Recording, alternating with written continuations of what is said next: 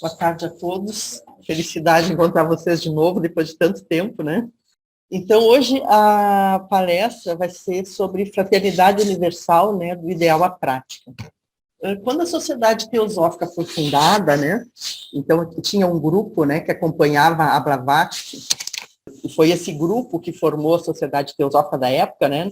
Eles se encontravam na casa da Blavatsky e do Walcott todas as noites, e a Blavatsky fazia dissertações sobre a filosofia oculta, né? Que era uma coisa nova naquela época, né? Aqui no Ocidente, pelo menos, né? Ela trouxe aqui para o Ocidente, né, a filosofia oriental, né? E esse grupo, depois de um tempo, né, estudando diversas áreas de conhecimento, né, eles resolveram fundar a Sociedade Teosófica. E aí resolveram definir os objetivos que a Sociedade Teosófica seguiria, né? Então, eles definiram 2 objetivos, né? Encorajar o estudo de religião comparada à filosofia e ciência, investigar as leis não explicadas da natureza e os poderes latentes no homem, né? Então, a Sociedade Teosófica tem esse intuito, né, de fazer um estudo comparado de todo o conhecimento, né, daquilo que tem de mais profundo, tentando encontrar dentro dessas diversas áreas como elas se afinam, né? Entendendo que nenhuma delas tem toda a verdade, né? E todas elas juntas dão uma visão mais panorâmica da realidade, como ela é, né? Investigar as leis não explicadas da natureza e os poderes latentes no homem, né? Isso mostra que a ciência, né, quando ela estuda, tem coisas que ela que não tira do âmbito da ciência, porque ela não consegue comprovar, né? Tudo que não pode ser comprovado não entra dentro da ciência, né? A filosofia esotérica, ela estuda tudo, né? Entendendo que tudo está dentro das leis da natureza e que simplesmente a gente ainda não compreendeu, né? Então, nada é tabu e nada fica fora da busca do entendimento, né? E quando eles levaram a Sociedade Teosófica, né, a Blavatsky, ela fundou a Sociedade Teosófica por orientação de 2 mestres, né? E quando levaram esses objetivos para o mestre achou que aquilo ali, que esses objetivos eram iguais a de todas as sociedades que não tinham dado certo, né? Porque só o entendimento de algumas coisas não faz o desenvolvimento da pessoa, né? E ele mandou um objetivo que se tornou o primeiro objetivo da sociedade, né? Que é formar um núcleo da fraternidade universal da humanidade, sem distinção de raça, credo, sexo, casta ou cor, né? Então, o objetivo principal, esse é o único objetivo que as pessoas têm que aderir quando entram na sociedade teosófica. Porque, na verdade, é o principal objetivo, né? Se todo o nosso estudo, todo o nosso conhecimento não nos leva à compreensão de que existe uma fraternidade universal, que é uma realidade, que a gente normalmente não percebe, né? O nosso mundo, ele é muito a nossa visão do mundo, ela é muito fragmentada, né? A gente separa as coisas por caixinhas, né? Então, tem a caixinha da raça, tem a caixinha da cor, tem a caixinha do credo, e isso aí forma coisas que afastam as pessoas, né? E, na verdade, toda a nossa vivência é uma vivência que deveria nos aproximar, né? De uma maneira fraternal, né? Porque a unidade é como se toda a sociedade fosse, a humanidade, né? Fosse uma coisa única, né? Que nós vamos ver mais adiante, né?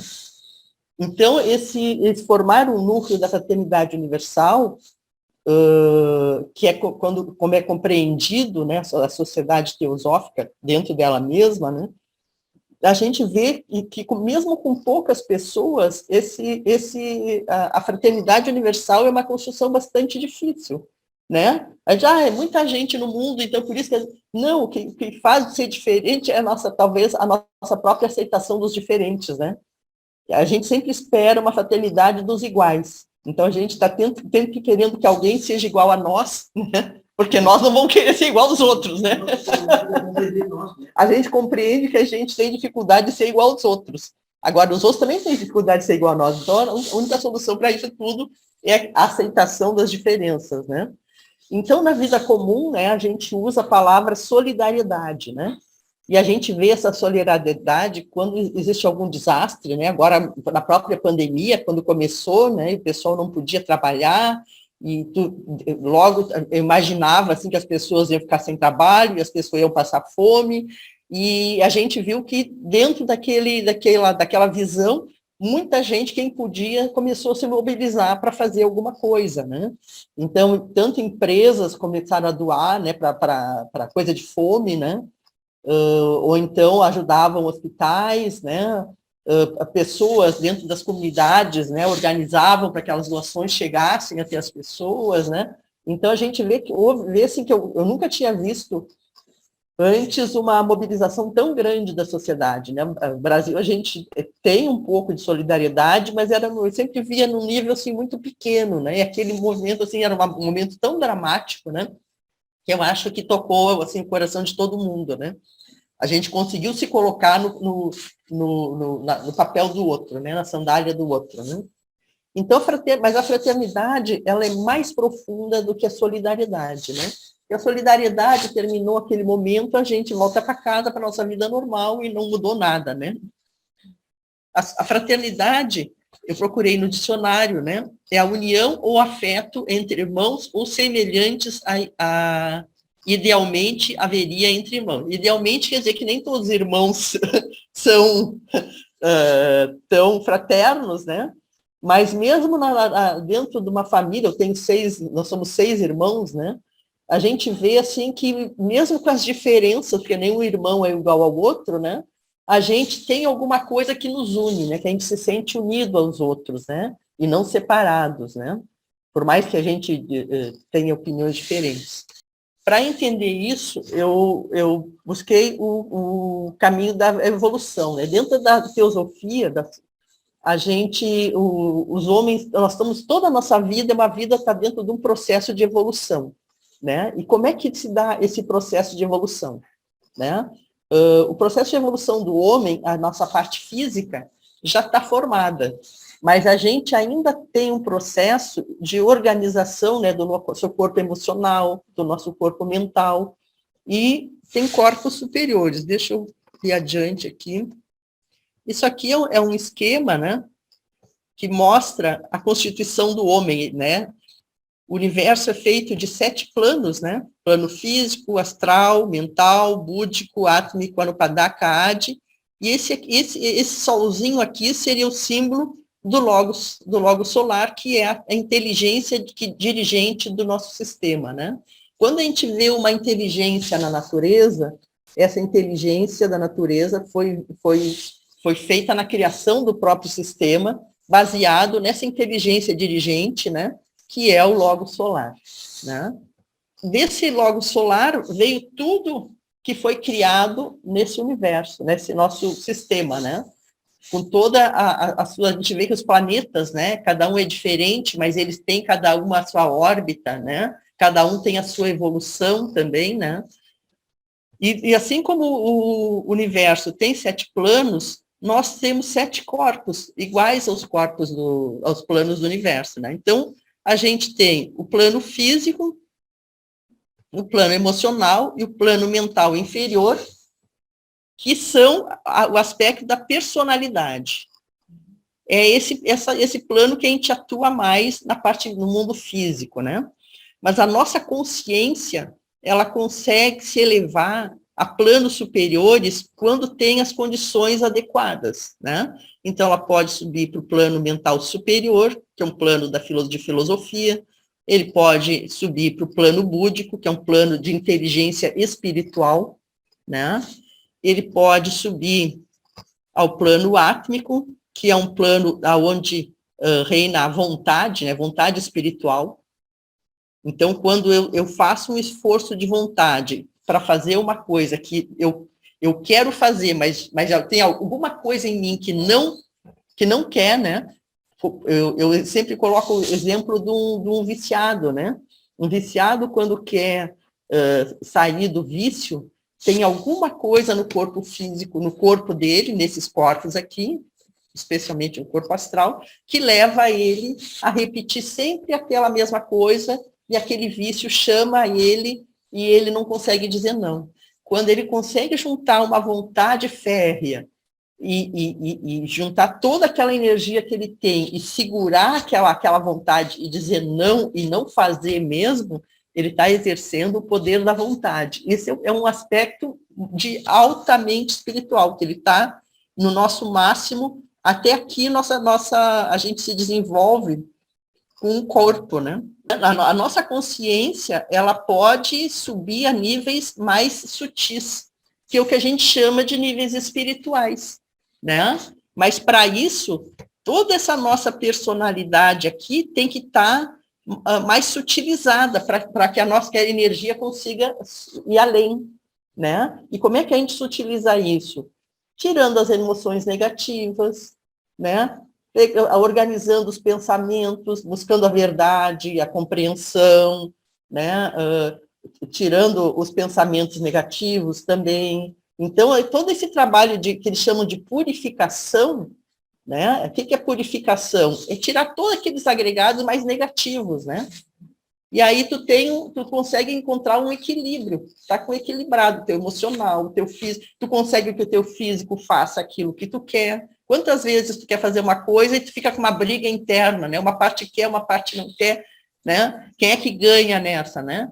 Então a gente começa a ter aquela lucidez, né? De querer as coisas que não nos causam mal, né? De não ficar indo atrás dos desejos, né? A gente estuda muito na teosofia os desejos, né? Os desejos são de natureza do plano astral, do plano emocional. Então, eles são de natureza bem inferior, né? E quantas vezes a gente vai atrás de desejos que só nos causam mal, né? Então, a gente ser capaz de dizer não para os desejos, para esse tipo de desejo, é um sinal de inteligência espiritual, de discernimento. Então, a gente discernir aquilo que faz bem, aquilo que faz mal, e que nem todo desejo é uma coisa que a gente deva dar vazão, né? É esse tipo de crescimento que a gente tem que fazer para não perder tempo, não jogar fora a nossa vida com coisas que não valem a pena, né? Ou que nos causem sofrimento. Então, quando a nossa natureza fica mais sutilizada, a consciência consegue ter acesso a planos superiores, geralmente através de processos de meditação, né? Meditação, a meditação, ela também também está dentro da meditação o processo de reflexão, né? Então, a gente poder refletir sobre as coisas, sobre o que causa bem, compreender, né, como é que as coisas se geram, né? Nós estávamos conversando há pouco ali, né, a gente vive num mundo com muitas ideias, né? Todo mundo tem ideias, mas hoje parece assim que é um mundo que tu tem que dar vazão para tudo que é desejo, tudo que... E tu perde tempo com uma série de coisas que não te levam a lugar nenhum, só gasta tempo, né? Um desperdício de tempo. Nós temos uma vida curta, né? E a gente poderia estar se desenvolvendo numa direção mais positiva, e a gente fica só na distração, né? Gastando tempo com coisas que não levam a lugar nenhum. Então, essa é a nossa potencialidade, né? Nessa parte aqui, a gente vive a vida mais mundana, né? As condições do corpo físico, emocional e mental.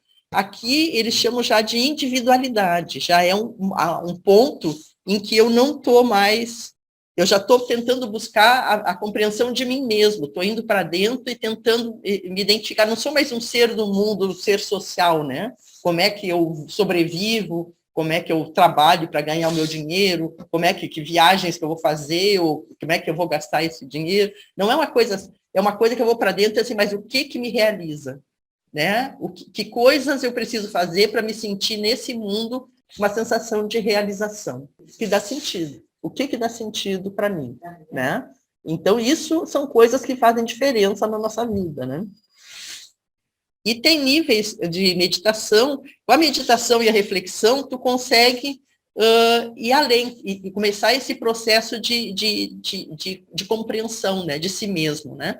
E a gente compreendendo a si mesmo, a gente começa a entender o mundo também, porque o mundo é feito de pessoas com as mesmas características que nós, né? Umas estão um pouco mais adiante, outras mais atrás, umas estão adiante numa coisa, outras atrás em outra, mas não é uma questão de comparação, né, mas de saber que tem uma diversidade de cada pessoa está num momento especial seu próprio, né?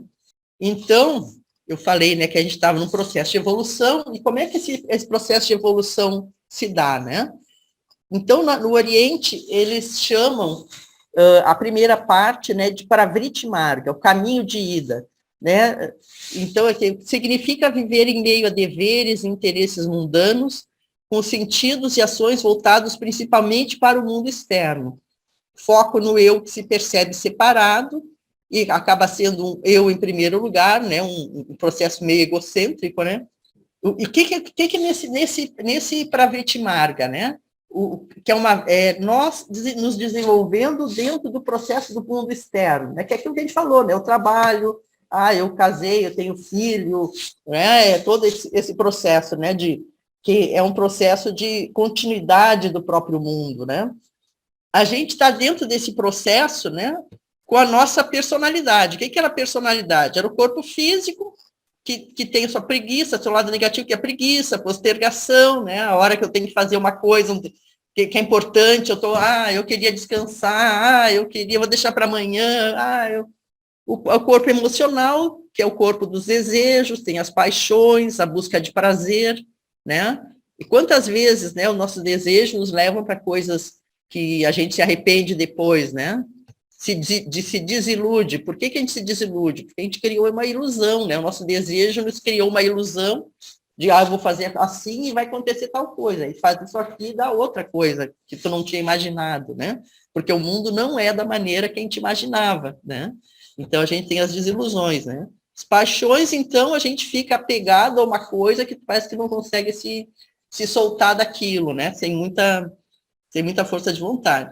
E a busca de prazer, né? Tem prazeres, o drogado sente prazer na droga, né? Diz, pelo menos no início, né? Ele acha que tem prazer na droga, mas ele fica preso numa coisa que está causando dano, né?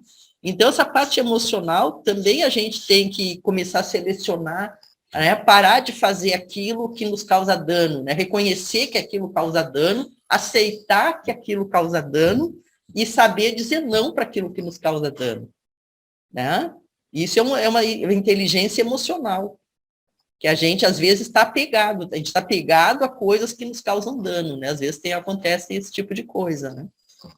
No mental inferior, né, mental concreto, ele é um corpo que ele detalha, né? Ele pega as coisas e esmiuça, né?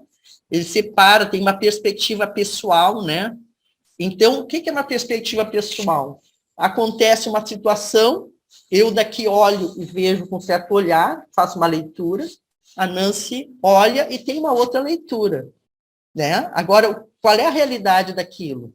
Então, existem duas coisas. Uma, eu me dar conta que a minha leitura das coisas pode ter uma interpretação muito pessoal, que tem a sua validade, né? Mas que eu posso também estar pecando por alguma coisa na minha avaliação, porque essa perspectiva pessoal, ela pode estar matizando coisas que eu não quero ver, ou coisas que eu não quero enxergar, né? Então, às vezes, quando a gente confronta com a visão do outro, tu consegue, de repente, ver uma outra perspectiva e fazer uma análise das duas, e às vezes a gente mesmo, né, quando a gente consegue abrir mão dessa perspectiva pessoal, tu consegue ter uma visão mais ampla de como é que aquilo funciona, do que só quando a gente está dentro, porque a perspectiva pessoal ela tem uma certa preferência, né? Eu prefiro que seja assim. Às vezes a gente está naquela polaridade, né? As coisas são boas ou as coisas são más. Às vezes as coisas são as duas coisas, né? E a gente vai dar, não, isso aqui é só bom, né? É o Grêmio ou é o Inter que é o melhor? Não, às vezes é o Grêmio, às vezes é o Inter, às vezes os dois estão uma porcaria, às vezes os dois estão bons, né? Então, assim, é ir além da polaridade, dessa visão de polaridade que a mente inferior ela tem, né? Se um tá errado, parece que o outro está certo, né? E a gente tem que saber olhar para as coisas sem preferência, né? Sem ter preferência, porque aí a gente olha e enxerga a realidade da coisa, né? Então, dentro desse processo, dessa evolução no mundo externo, a gente vai... o que eles recomendam no Oriente, né? A lei do dever, que é o Dharma, né? O homem deve obedecer se deseja elevar-se à vida espiritual. É seguir a lei do dever. Então, se a gente segue os nossos deveres e realiza eles, né? Para cada situação na vida, a gente tem um papel, né? Às vezes, eu sou filha, às vezes, eu sou mãe, às vezes, eu sou a profissional, outras vezes, eu sou a pessoa que gosta de estudar filosofia, ou todas as linhas, e outra hora eu estou aqui palestrando, outra hora eu estou em casa cozinhando. A gente é diversos personagens, né? E cada um deles tem os seus deveres, né? Como mãe, eu tenho deveres para realizar. A gente vai assumindo, né? Então, cada vez que a gente assume um papel, a gente tem compromissos, né? Se eu casei, se eu me dei o trabalho de casar, eu tenho que assumir responsabilidades, né? Senão a gente não precisa casar, né? Mas, então, cada papel que a gente assume, a gente deveria cumprir, né? Tem certas coisas que acontecem, né? Quando a gente vê um juiz corrupto, é totalmente contra o papel que a gente espera do papel de um juiz. Um padre que tenha qualquer coisa lá. Então, são com esses papéis assim mais extremos, né? A gente percebe o que a gente espera, né? Quando a gente percebe quando eles pisam na bola, né? Fazem alguma coisa que não condiz com aquele papel. Então, é nesse sentido, né, que a gente tem que cumprir os nossos deveres, né? Eu sempre cito, assim, às vezes a gente, como mãe nova, né, tu tem um bebê, tu tem uma criança pequena, a criança fica doente, bem quando tu ia tirar férias, ou quando tu ia, lá no dia que tu ia sair da tua folga das crianças, e aí tu levo no hospital, ou saio, vou no cinema e volto depois para... Né? Então, a gente tem as obrigações, né? A gente tem que saber aprender a dizer não para a gente mesmo, né? Para fazer o que é importante e não aquilo que é acessório. Então, essas priorizações que parecem coisas pequenas, elas vão organizando a nossa parte emocional e mental, e física, porque o físico obedece, né, principalmente aos desejos, né, nessa parte emocional, né, dessa parte da personalidade, né. Então, a gente colocar e fazer aquilo que é correto nos alinha com a verdade das coisas, né, e vai organizando esse nosso aspecto interior, né, físico, emocional e mental, na direção correta, daquilo que é correto, né. Então, aqui o objetivo, né, dessa fase do Paraviti-Marga, ao cumprir os deveres mundanos, desenvolvemos e organizamos os corpos inferiores e o exercício da vontade, e é o início da renúncia, né? Renúncia no sentido de dizer não para aquilo que merece um não, né? Então, às vezes a gente tem que dizer não para a gente mesma, tem que dizer não para os outros, mas também tem que saber dizer não para a gente. Eu tenho esse desejo que me causa dano, eu quero dizer não para ele, e eu vou parar de fazer. Pum, consegui fazer isso. Eu exerci a vontade, eu exerci o discernimento, conhecimento de mim mesma, e consegui colocar em ação, porque o corpo físico tem isso, né? Eu poder mexer ele quando eu quero fazer alguma coisa que é apropriada, e saber parar ele naquilo que não é apropriado, que me faz mal. Então, o mestre Serapis, né, diz, quem se prepara para resolver o infinito deve resolver primeiro o finito. Né? A gente quer ir para o céu, mas não consegue nem administrar a nossa vida material. Então, às vezes, a gente quer assim, muito a coisas do espírito, é como se fosse uma fuga, né, psicológica, né? Eu não consigo resolver a minha vida aqui material, minha família, meu trabalho, e eu quero fugir para o espírito. Não, o espírito primeiro eu tenho que resolver a minha vida material. E é nessa vida material que eu organizo isso. Por que eu não consigo resolver o meu problema no trabalho? O que eu estou fazendo ou deixando de fazer? Né? Qual é o meu defeito? Qual é as qualidades que eu tenho, os defeitos que eu tenho, como é que eu resolvo isso, né? São coisas que as experiências da vida vão trazendo essas situações para a gente se dar conta disso, né? A nossa vida é um processo de evolução espiritual, né? Então, todas as situações que vêm são para a gente aprender, né? Para a gente ter essa visão de si mesma, a visão do contexto, e ver assim, como é o meu papel aqui, e como é que eu saio bem comigo desse papel aqui. Né? Eu vou buscando compreensão, discernimento, e vou, aos pouquinhos, colocando naquela linha que eu me sinto bem comigo mesma, né? Quando a gente vai... todo esse processo dentro desse Pravriti Marga, né? Do mundo fenomênico, nossa sobrevivência, nossa vida, quando a gente vai sutilizando aquilo ali, vai abrindo espaço para a nossa consciência ir operando em níveis mais elevados, né? Que é aí o caminho de retorno, Nivriti Marga. Retorno para onde? Retorno para si mesmo, né? É o que a gente está conversando aqui, né? De repente eu estou olhando, estou vendo que eu deveria estar fazendo diferente e não estou me dando... É uma autoconsciência, né? Já é dentro desse caminho de retorno para mim mesmo, né? O Nivriti é o caminho de retorno ao centro do nosso ser, o caminho interior. O que ele desenvolve? O corpo mental superior, ou corpo mental abstrato, né? É um corpo que faz síntese das coisas e tem capacidade da filosofia, é uma mente superior, né? Trabalha com coisas mais... A síntese é pegar uma série de coisas, né? No mental inferior, ele pegava uma coisa e esmiuçava, né? Pegava os detalhes, né? Só que quando a gente olha só os detalhes, a gente não consegue ter a compreensão do todo, né? E o mental superior, ele faz ao contrário. Ele pega um monte de coisa e vê como é que elas se relacionam. Você entende? E quando eu tenho uma síntese, eu posso ter uma compreensão melhor, né? Mas não é só síntese também. Às vezes, quando a gente tem aquela imagem, né? Mantém a imagem no fundo da mente, a própria mente faz esse trabalho de correlação, né? Porque não é um trabalho mental. Aquele trabalho mental que a gente tem de pensar sobre as coisas é o mental inferior. E esse trabalho do mental superior, búdico e átmico, é um trabalho de observação da mente, né? Porque a mente inferior, ela tem memórias, ela sempre associa com as coisas que eu já sei. E quando eu fico com aquela imagem no fundo da minha mente, eu tenho só a observação da própria mente. E essa observação, ela me mostra aquilo que eu preciso ver, né? Ela apresenta a realidade das coisas, né? Então, é um trabalho diferente, não é de pensamento, é acima do pensamento, né?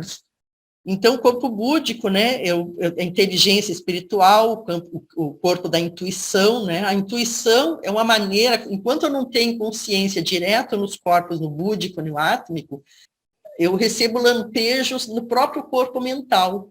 Então, parece que é uma coisa de pensamento, mas não é, né? Porque ele surge né? A intuição é uma coisa que surge do nada, né? É uma coisa que eu nem estava pensando e, de repente, eu sei uma coisa que eu não sabia antes, né? Então, ela vem desses corpos superiores. Esses corpos superiores me mandando uma dica. Então, o corpo búdico também, ele é um corpo em que a gente começa a se sentir mais relacionado com tudo, né? Eu já tenho mais preocupação com os animais, tenho mais preocupação com a natureza, percebo que a gente depende da natureza e dos animais, que tudo está interligado. Então, isso aí já é um percebimento da unidade da vida, né? De que nada está separado, né? Dentro desse Nivriti Marga, que eu estou me sentindo separado, né? Eu, como personalidade, estou fazendo o meu caminho, eu sempre tenho como referência a mim mesmo, né? Então, a planta é uma planta, o animal é um animal, eu faço o que quiser, trato ele como objeto, como mercadoria. Quando chega no Nivriti Marga, tu já percebe que aquele animal, ele tem sentimento, já percebe que ele tem um lugar na natureza. Então, que tu não é mais o Deus da tua criação, né? Do teu mundo, né? Que tu faz parte de um mundo maior, né? Então, tu já desceu um degrau, mas tu está mais na realidade, né? e o corpo átmico, né, que é a vontade espiritual, né? Então, aqui é a sede da individualidade, né? No Vitmarga, a gente começa a desenvolver a individualidade. A gente começa a se colocar no lugar do outro, né? No outro, eu estava vendo assim, como é que eu me sinto. Eu primeiro tenho que descobrir a mim mesmo, né? Como é que eu me sinto, o que é bom para mim. Mas agora, no outro, eu digo, tá, isso aqui é bom para mim, mas e para o outro? Será que isso aqui é bom? Será que é correto? Será que é justo? Né? Será que eu não estou fazendo coisas que eu estou prejudicando os outros, né? Que é um pouco da lei da harmonia, né? Que é a lei do karma, né? O que o karma é? Quando é que o karma acontece, né? Quando eu começo a usurpar o espaço do outro, né? Quando eu começo a me apropriar de coisas que não são minhas, para eu crescer, o outro tem que perder alguma coisa, né? Então, quando a gente tem essa preocupação com o outro, né? Mas com equilíbrio, né? A gente começa a fazer uma vida mais justa, né? Mais correta e mais justa, né? Mais equilibrada. Então, assim, uma coisa é a gente se dar conta, né? O que eu preciso, em que eu estou buscando felicidade, né? Isso é real ou isso é só um desejo meu? Então, a gente tem que se dar conta nesse nosso processo o que é realidade e o que é fantasia da nossa cabeça, o social mesmo, né? Tem tantas crenças, tantas coisas, tem umas que nos dão conforto. A realidade não precisa de conforto, né? A gente tem que ser realista, né? Tem um lado realista, isso não quer dizer que a gente vai perder a nossa sensibilidade, né? Mas tem que olhar a vida como uma realidade, para saber que expectativas eu posso ter, né? Que sejam reais, que não sejam fantasiosas, né? Então, assim, nesse caminho de retorno para o nosso centro do nosso ser, né? Nós vamos ter que sacrificar. O que nós estamos sacrificando aqui? O ego pessoal, essas visões que não são reais, né? Essa irrealidade em que a gente vive, né? Que é uma coisa mais social, né? Que nós crescemos dentro dessa visão de mundo e que a gente vê o mundo com esse olhar porque aprendeu assim, mas quando a gente volta para dentro de si mesmo, a gente começa a ver todas aquelas coisas que nos incomodam e como as situações, às vezes, trabalham dentro de uma visão irreal da realidade, né? As pessoas buscam coisas que não precisam, fazem coisas que não precisam, estão umas prejudicando as outras, né? Em vez de estar num processo de encontro, estão num processo de separação, né? Então, o objetivo desse caminho de retorno seria a renúncia ao ego pessoal, né? Perceber a unidade de tudo que existe, o silenciar dos pensamentos, para a gente poder ter esse contato conosco mesmo, né? E uma abertura àquilo que é atemporal, né? Aquilo que não está na linha do tempo, né? Nosso pensamento, ele pensa na linha do tempo, né? O passado e o futuro. Mas quando eu estou no momento presente, eu estou no momento atemporal. E o que existe é o momento presente, né? Nesse momento eu estou aqui, não interessa o que aconteceu no passado, o futuro vai ser construído a partir do que eu estou fazendo aqui agora, nesse momento, né?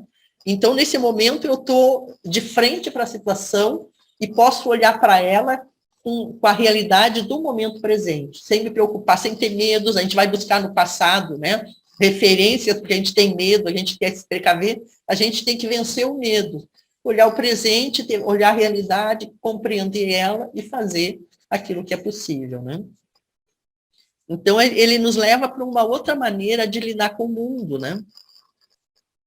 Considerando que nós temos dentro de nós essa capacidade de discernimento, está dentro de nós, e que a gente tem que usar ela. Atenção, né, ao mundo, às coisas que acontecem, atenção interna, como é que aquilo nos impacta, né? Como é que a gente costuma fazer, como é que poderia fazer diferente, né? A gente tem uma série de possibilidades para desenvolver que depende de nós estar focado naquilo. Então, essa falta de visão desse lado espiritual, né? Tem gente que está focada só no mundo, na vida material, que ela chega a dizer que a espiritualidade não existe, né? Mas quando a gente vai ficando mais sensível, porque a gente tirou essa parte grosseira das nossas emoções e pensamentos e ações, a gente vai ficando mais sensível e vai fazendo essa ligação com tudo que existe. Isso é a espiritualidade, né? A gente vai se sentindo fazendo parte de um todo, né? Então, é como se esse véu, né, que eles chamam de Maia no Oriente, né, se o véu de Maia fosse tirado, né? O véu é uma coisa que encobre uma coisa que não deixa a gente enxergar uma coisa que existe, né? E, de repente, aquele véu vai caindo pelo nosso próprio processo de transformação. Esse ego pessoal, né, ele não tem substância, né? Ele não é um corpo em si. É uma criação da memória e das nossas preferências pessoais, né? A gente criou uma identificação com aquelas memórias que a gente viveu, com as coisas que a gente vivenciou, com aquilo que a gente aprendeu, né? Mas tudo isso eram coisas do passado, né? E a gente traz ela sempre para o presente, como se tudo tivesse que se encaixar numa caixinha. E a realidade, ela é uma coisa que é sempre nova, né? Nós já não somos mais a pessoa que coletou aquelas memórias, né? Nós somos o resultado de tudo isso. Então, aquele mesmo discernimento que nós tivemos naquele momento, que a gente vivenciou, ele ainda existe em nós. E a cada momento a gente pode estar usando esse discernimento e percebendo as coisas e sabendo o que fazer. Esse é o nosso trabalho. Então, esse ego pessoal, né, é identificado com o corpo físico, com os desejos, com as emoções, com os pensamentos e ideais. É uma autoimagem, né? A gente cria uma autoimagem de nós mesmos. A autoimagem, ele é um aspecto limitador, porque a gente é muito mais do que isso, do que essa imagem que a gente tem. Ah, eu sou assim, eu sou assado, eu sou não sei o quê. Não, eu sou mais do que isso. Eu tenho a potencialidade de ser mais do que isso, né? Esse poder de reflexão, esse poder de transformação que a gente tem, ele pode nos levar além, né? Aquilo que a gente vê em outros de capacidades, nós podemos também ter em nós mesmos, se a gente tirar nossas limitações, né? Nossas autolimitações, nós mesmos nos limitamos, né? Então, a gente tem que ter essa ideia de que a gente não é só aquilo, a gente pode ser mais. Não por ganância ou por ambição, é um mais porque é uma potencialidade que tem em nós. Então, Krishnamurti diz assim: cada um de nós tem uma imagem de quem pensamos que somos e do que deveríamos ser. E essa imagem, essa foto, nos impede de nos vermos como realmente somos. O Krishnamurti, ele fala muito de medo, né? Essa autoimagem, ela nos traz uma sensação de segurança psicológica.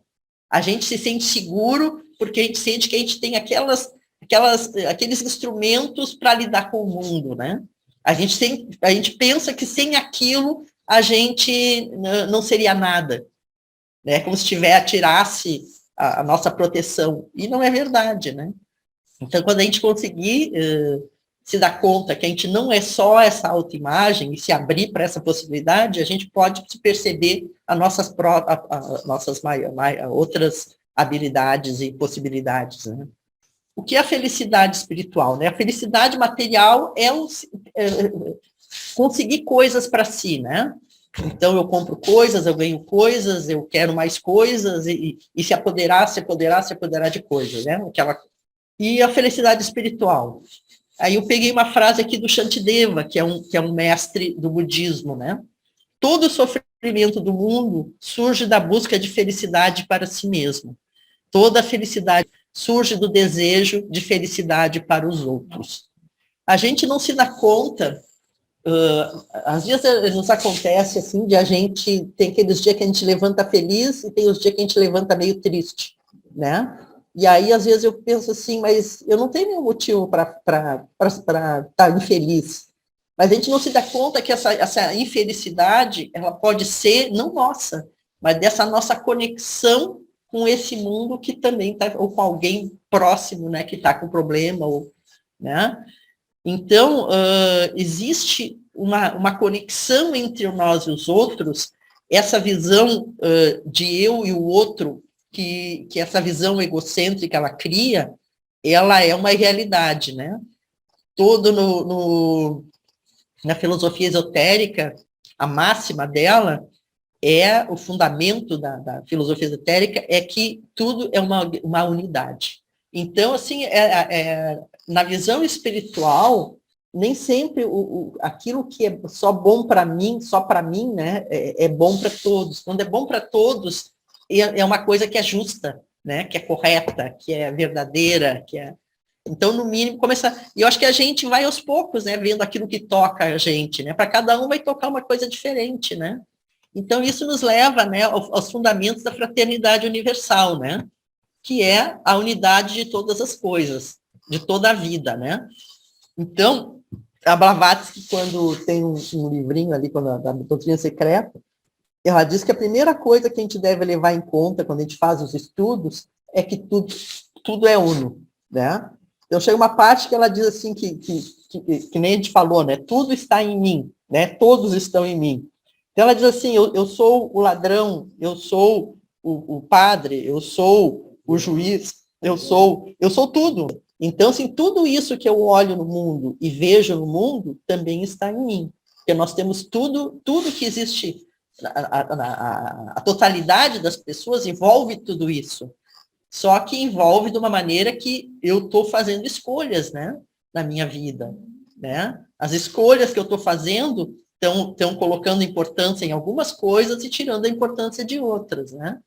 Agora, eu tenho a mesma potencialidade daquele nasce. Se eu começar a alimentar aquela outra parte, ela também vai crescer, ela vai se fortalecer, né?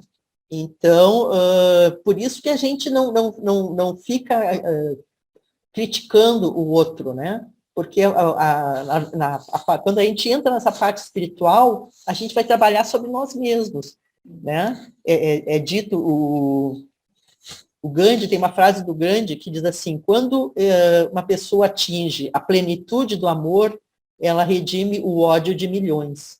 Então, enquanto a gente está fazendo esse processo de autotransformação, a gente está mudando a nós, mas a gente também, de certa maneira, está mudando o mundo. E tem momentos que me parece assim, que aquela dificuldade que tu tem de mudar alguma coisa, também é a dificuldade do mundo. É como se tu estivesse carregando o mundo dentro de ti naquela dificuldade, né? Por isso que a coisa é tão difícil, né? Mas com o tempo as coisas começam a ficar um pouco mais fáceis, né? Então, assim, o conceito da unidade da vida, né? A divindade permeia toda a criação, né? Então, aquela inteligência espiritual que criou o sistema solar, digamos assim, né? Ela não está fora da criação, ela faz parte da criação.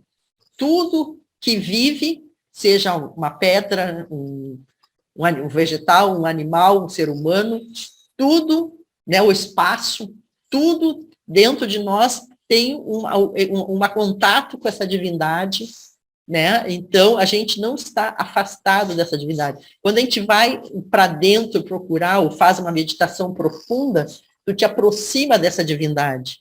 A consciência, quando ela se eleva, ela vai até a consciência, muito próximo da consciência da divindade. E é isso que nos traz esse discernimento e essa ampliação de consciência, né, que nos faz perceber as coisas na realidade, né? Então, esse caminho interior é um caminho que leva a esse contato com essa mente universal, né, que a gente chama também. Então, a gente é uma unidade que se percebe independente, né? Porque nós temos um corpo físico que é separado, que é o único corpo que é separado, o corpo emocional é um corpo que já tem conexão, né? A gente tem telepatia, sente às vezes assim, o que está passando com o outro, né? Isso mostra que tem uma conexão, né? Então, o único corpo que nós temos que é separado é o corpo físico. Então, ele não é a nossa identidade, né? Então, nós somos uma célula que desconhece o corpo do qual ela faz parte. Nós fazemos parte de um grande corpo, mas a gente se percebe separado, né? É como se a gente imaginasse o nosso corpo físico, eu fosse o coração, tu é o pulmão, ele é o estômago, a gente não sabe um do outro, se percebe separado, mas nós fazemos parte de um conjunto, de uma coisa maior.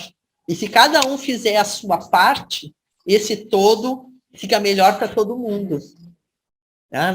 Por isso a lei do dever, né? Da gente cumprir com nossos deveres, né? E na unidade, o sofrimento de um é o sofrimento de todos, né? Então, por isso que quando a gente começa a ficar mais sensível e tu vê uma guerra na Ucrânia, Dói em ti também aquilo ali, porque tu te imagina que aquilo ali estivesse acontecendo contigo, né? Tu não consegue ser, agora eu vou sair, ser totalmente feliz com o pessoal passando fome, né? Então, tu começa a ficar mais sensível para esse sofrimento do mundo, né? A outra base para a fraternidade universal é que tudo procede do Uno, né? Toda manifestação procede de uma só fonte. Tudo emana do princípio único. Não pode desenvolver-se completamente, senão pela agregação coletiva e total de suas emanações. Então, o nosso desenvolvimento, ele também, além de ter esse desenvolvimento interno, de eu saber quem eu sou e descobrir meu papel no mundo, né? Existe essa coisa da minha colaboração com essa coisa social e na qual eu faço parte, né? Então, eu tenho esses dois aspectos, né? Não pode desenvolver-se completamente, senão pela agregação coletiva e total de suas emanações. As emanações dessa fonte divina, né? Que somos todos nós, né? Tem que ter um trabalho de cooperação, né? A fraternidade é um arco abrangente que reconhece as diferenças, mas não esquece a unidade. É uma relação pura, sem possessividade, cordial e livre. Então, a fraternidade não é uma coisa que a gente tenha se tornar todo mundo igual para poder ser fraterno, todo mundo pensar igual para poder ser fraterno. É exatamente o contrário. Nós somos seres únicos, diferentes, e nós temos que aprender que essas diferenças não nos tragam desavenças, né? Não gerem desavenças, né? A gente tem que aprender a trabalhar em comum, em conjunto, mas que cada um contribua com a sua peculiaridade, né? Com aquilo que tem de positivo. Então, eu trabalho muito em grupo, né? E às vezes dá para ver assim que tem uma pessoa lá que é o coordenador e que gera uma coerência assim, do grupo positiva, né? Tem o outro que é o cara das ideias, tem o cara que é o que faz, então, assim, cada um tem um lugar dentro do grupo, né? E em cada grupo pode acontecer coisas diferentes, né? Então, a gente, em cada momento, reconhecer como é que a gente pode contribuir positivamente dentro daquele grupo ou coisa que a gente trabalha, né? É positivo, né? Uma planta é composta de raiz, tronco, galhos e folhas. Do mesmo modo, a humanidade como um todo é o tronco que procede da raiz espiritual. O tronco é a unidade da planta. Atacado o tronco, é evidente que cada galho e cada folha serão afetados. Assim sucede com a humanidade. Leve em conta que um simples corte no dedo pode melindrar todo o corpo e influir no sistema nervoso. E não esqueça que pode haver outras leis espirituais que operam sobre as plantas e os animais, assim como sobre a humanidade. Então, a gente tem que se dar conta que a raiz da vida tá em cima, né? Está na origem, né? E nós somos a emanação que está aqui embaixo. E a gente só existe porque tem essa raiz que emana do mais alto, né? Outra base para a fraternidade universal é que nenhum ego difere de outro, tanto em sua essência primordial ou original, como em sua natureza. O que faz de um mortal um grande homem, ou de outro um indivíduo vulgar e imbecil, é a qualidade e constituição do seu invólucro físico, e a adequação ou inadequação do seu cérebro e corpo para transmitir e dar expressão à luz do homem interno real. E esta aptidão ou inaptidão é, por sua vez, o resultado do karma. Então, o que ele diz aqui, né, o que ela diz aqui, é que todo o nosso corpo físico e nossos instrumentos, nossas ferramentas, né, espirituais, são totalmente iguais, né? O que nos difere? A gente olha no mundo e tem essa diferença até de níveis das pessoas, né? Tem o livro Reencarnação, da Annie Besant, e quando a gente morre, tudo aquilo que a gente fez de mais espiritual, ele fica agregado em nós. Nós vamos, na verdade, o que me parece é que a gente vai mudando certos caminhos, né? Ela fala do cérebro, né? Do corpo e do cérebro. O cérebro é onde a gente tem o contato com a mente, né? E a mente é onde a gente tem as intuições espirituais também. Então, o cérebro é tão importante, porque toda a mente opera através dele e as intuições vêm através dele. Se a qualidade do nosso cérebro não tiver a plasticidade necessária para esse processo, a pessoa vai ficando... E isso acontece quando a pessoa faz muita maldade, o karma, no entre vidas, na próxima vida, ele tira capacidades cerebrais. Com isso, ele faz com que a pessoa não consiga mais fazer o dano que ela causaria se ela tivesse uma inteligência superior. Então, para ver como aquilo que a gente faz interfere na próxima vida que nós vamos ter, né? O que é de bom vai criar capacidades, vai aumentar a nossa capacidade cerebral, e o que a gente fizer de ruim vai diminuir, né? Se a gente fizer muito mal, vai vir prejudicado, né? Então, essa preocupação com o karma, né, de a gente não causar dano, né, é uma coisa bem importante. Então, essas diferenças que a gente vê entre as pessoas, né, de grau, de conhecimento e tudo, é muito questão dessa coisa do karma, né, do karma passado de cada um e do que a gente está construindo agora para a próxima vida, né. É isso que a gente chama do processo da evolução, né. A evolução, ela é um processo que envolve a reencarnação e o processo do karma, né? Do karma e dharma. Dharma são os deveres que eu devo cumprir, que me dá uma coisa positiva. E o karma é aquilo que eu posso estar fazendo negativo e que vai gerar consequência para uma próxima vida, né? A afirmação de que Deus é amor é literalmente verdadeira, pois o amor é a manifestação da unidade. A unidade é um princípio eterno, uma verdade fundamental e essencial. Então, aqui está a qualidade primordial, né? Que é a gente desenvolver, não perder o contato com o nosso coração e expressar, né? Tornar tudo aquilo que tem de bom dentro de nós, tornar aquilo uma coisa ativa, né? Se a gente tem uma ideia, uma inspiração, coloca em prática, né? Então, ele diz aqui, o amor é a manifestação da unidade. A unidade, o amor é aquilo que nos une, né? Quer dizer, se eu sei que cada pessoa tem a mesma constituição, está dentro do mesmo processo de evolução que eu, e a gente está unido dentro dessa unidade, como se fôssemos irmãos, eu deveria ter o mesmo respeito por todas as pessoas, sem diferenciação, né? Essa diferenciação é uma coisa social, não é uma realidade da natureza. Sem amor não há expansão, porque o amor pertence à vida do espírito, ou o eu real. Sem amor, toda busca é vã.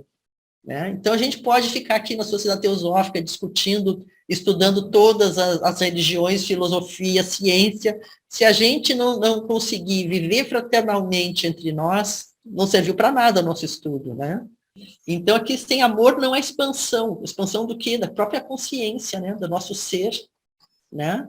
O amor é essa sensação de pertencer, de estar unido a todos, né? Isso aí dá uma dimensão que, quando a gente, eu sempre digo que a solidão só existe quando a gente pensa em si mesmo, separado, né? Eu estou aqui sozinho. Não, eu estou ligado a tudo. Eu estou ligado a tudo. Eu faço parte de tudo. Quando eu penso em mim, eu me isolo. Agora, se eu não estou pensando em mim, eu estou unido a tudo, né? O amor, o amor, ele não limita, né?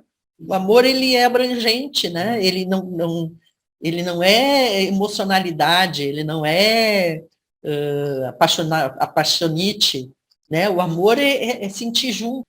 De todas as qualificações, o amor é o mais importante, pois se ele for bastante forte em um homem, impele-o a adquirir todas as demais, e todas as demais sem o amor nunca seria suficiente. Então, vale a pena assim, uma reflexão sobre o amor, como é que a gente se relaciona com as pessoas, o que é uma coisa social e o que vem de gente para gente, né? Eu acho que é por aí que a gente vai começando a criar esse vínculo de perceber essa unidade, né? De que a gente deve ser grato realmente, mas de coração para as pessoas que fazem as coisas que chegam até nós, né? Isso aqui é do livro Aos Pés do Mestre, né, do Krishnamurti. O Krishnamurti também, quando ele fala sobre o amor, ele diz que o amor é uma coisa que não pode ser desenvolvida, né? Tu diz assim, agora eu vou amar, né? Então, a gente tem que pedir, tem que fazer, é tirar os impedimentos ao amor. O que impede que a gente ame, né?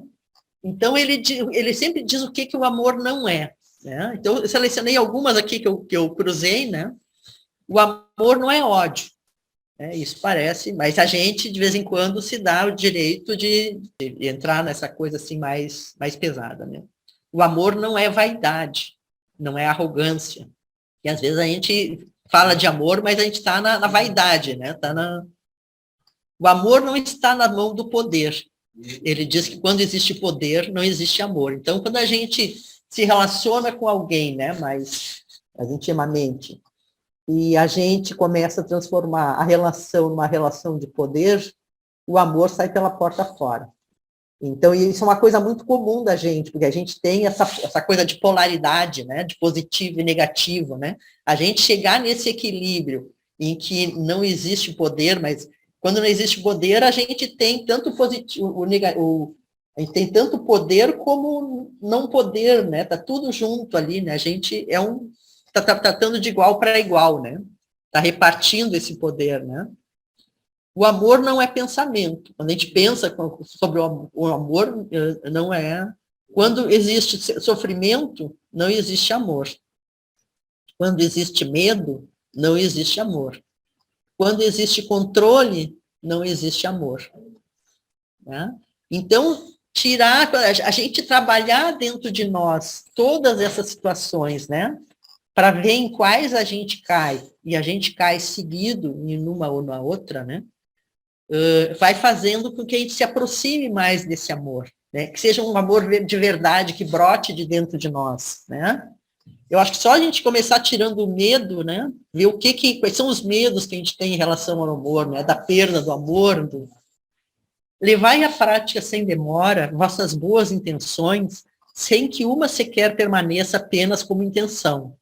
Não espereis, entretanto, recompensa, nem mesmo reconhecimento pelo bem que houverdes praticado. A recompensa e o reconhecimento estão em vós, e de vós são inseparáveis, pois que somente o vosso eu interno as pode apreciar em seu verdadeiro grau e valor. E muita gente, assim, começa com uma prática, né, de fraternidade, como uma tentativa, assim, né, mas em algum ponto, a pessoa acha que está no caminho errado, porque fica esperando recompensa, né? E aí joga tudo fora, porque, na verdade, ela está esperando é isso que eu falo da realidade da vida, né? Na realidade da vida, quando tu cumpre com o teu dever, a única coisa que sobra para ti é a tua satisfação interna de estar em dia com a tua vida. Esse é o teu pagamento. É tu e a tua alma. Tu teve a intenção, tu colocou em prática, porque a intenção sem prática é vã, né? Tu colocou em prática aquilo, espera que tenha funcionado, né? E a tua recompensa é contigo mesmo. É a sensação de dever cumprido. A prática da fraternidade implica que temos os mais elevados princípios ativos em nossa vida. Princípios de compaixão, justiça, intrepidez, consideração pelo sentimento dos outros e uma constante atenção ao que estamos fazendo às pessoas ao nosso redor. A prática da fraternidade não é a teoria da fraternidade, né? Não é o ideal da fraternidade, a prática daquelas inspirações que a gente colocou em prática, né? Elas vão desenvolvendo, vão tornando ativos esses princípios elevados que já existem em nós, mas eles estão lá latentes, E nós, quando colocamos em prática, a gente coloca uma potência e vai assimilando aquilo abrindo as nossas possibilidades, né? Vai passando de latente para potente, né? Então, é a prática que faz essa mudança, né? E a gente, para chegar nesse ponto, a gente tem que se desenvolvendo, porque cada situação vai trazer coisas que a gente tem que refletir, tem que olhar para si mesmo, tem que reconhecer os nossos erros, desenvolver potencialidades, né, habilidades, né? Então, com isso, olhando para o outro, a gente desenvolve a si mesmo. Então, como conclusão, né, uma frase tirada das cartas dos mestres de sabedoria, né? Procure encher a medida de cada dia com pensamentos puros, palavras sábias e atos bondosos. Nós somos o agente do mundo, né? Se o mundo não tem essa fraternidade, nós podemos ser agente dessa fraternidade, né? Colocando ela em prática no nosso dia a dia, tirando ela da teoria, né? E colocando em prática. Com isso, nós vamos fazer a nossa transformação pessoal e transformar o mundo também, né? Quando nós sair desse mundo, esse mundo vai estar um pouquinho melhor, porque a gente fez aquilo que era a nossa parte, né?